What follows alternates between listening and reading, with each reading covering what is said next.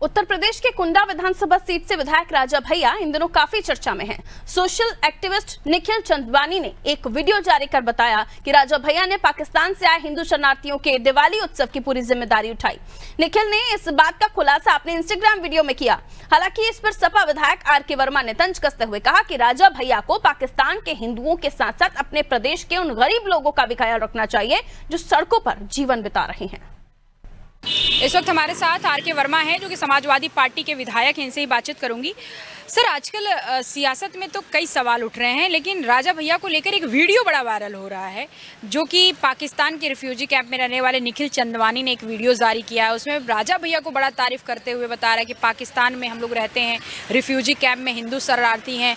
राजा भैया ने हमें व्हाट्सएप पे पूछा, मदद भेजा, भोजन, कपड़ा, पटाखे, मिठाइयाँ सब यहाँ के लोगों के लिए भेजा जो हिंदू शरणार्थी हैं।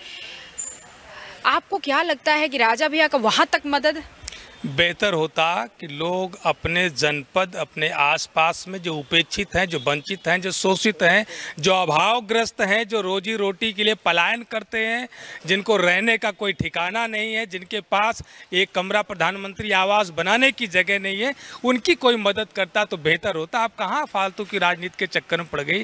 पाकिस्तान पाकिस्तान है, पाकिस्तान की चिंता पाकिस्तान करेगा। हम भारत के लोग हैं और भारत के लिए काम करते हैं। हिंदू शरणार्थी, हिंदू तो हमारे अपने हैं। हिंदू दुनिया के बहुत सारे देशों में हैं, वो देश छोड़ के चले गए। वो कह रहे हैं कि राजा भैया के पूरी दुनिया में है और पूरी दुनिया के हर देश में है, तो हम उनकी चिंता क्यों करें। अभी आप बताओ कि नरेंद्र मोदी जी की सरकार है, बड़े हिंदुत्व के पुरोधा बनते हैं और पूरी दुनिया उनकी मुट्ठी में है, लेकिन अमेरिका से आने वाला हिंदू किस हालत में आया, किसको चिंता हुई? भारतीय जनता पार्टी के कौन से नेता को चिंता हुई? जब बेड़िया लगा करके कि निर्दोष आदमी आया तो भारतवासियों को अच्छा लगा क्या? उनकी चिंता भारत के लोगों ने की क्या? नरेंद्र मोदी जी जैसे जितने हिंदुत्व के विरोधा बनते उनको चिंता हुई कि भारत के नागरिकों के इस तरीके का अपमान कि बिना किसी दोष के निर्दोष आदमी को बेड़ियों में जगड़ करके अमेरिका से भारत लाया जाए? ये भारतीय जनता पार्टी, उनके समर्थकों, उनके सहयोगी दलों के लिए शर्म की बात है। निखिल चंदवानी ने जो वीडियो, कोई ऐसा नहीं कि मैं ही सवाल पूछ रही हूँ, पूरे सोशल मीडिया पे और पूरे हर मीडिया इसको उठा रही है। मैंने आपसे एक लाइन में बात ये कही कि भारत में भी बड़े पैमाने पर हिंदू हैं जो अभी जिनके पास एक कमरा घर बनाने के लिए जमीन नहीं है, उनको रोजी रोटी का जरिया नहीं है, शाम को पेट कैसे भरेगा इसका कुछ अता पता नहीं है। पहले लोग उसकी तो चिंता कर लें। उसकी यही सवाल है। आप बजाय इसी से बात की, देखिए हर सवाल हर किसी से नहीं पूछा जाता है, क्योंकि आप पढ़े लिखे हैं, तभी हम लोग कोई गंभीर सवाल आर.के. वर्मा को ही पकड़ते हैं कि भाई उनसे ही पूछा जाए। निखिल चंदवानी ने वीडियो में यहाँ तक बोल दिया कि कुंडा के बाहुबली विधायक राजा भैया ने, ना उनके कॉन्स्टिट्यूंसी में हम आते हैं, ना उनका उत्तर प्रदेश है, फिर भी उन्होंने मदद भेजा। हमने कहा कि भैया बैनर लगवा दो, उन्होंने बैनर लगवाने से मना कर दिया, कहते जय बजरंगबली का लगवाइए, हमें कोई बैनर का वो नहीं है, हमारा कोई श्रेय नहीं मुझे लेना है। इस तरीके का आपको नहीं लगता एक सहानुभूति हिंदुत्व को लेकर, यहाँ तक कि कट्टर हिंदू कोई नहीं है राजा भैया के जैसा? मैं ये कह रहा हूँ कि सहानुभूति अपने लोगों के बीच में जो रह रहे हैं उन पर क्यों नहीं?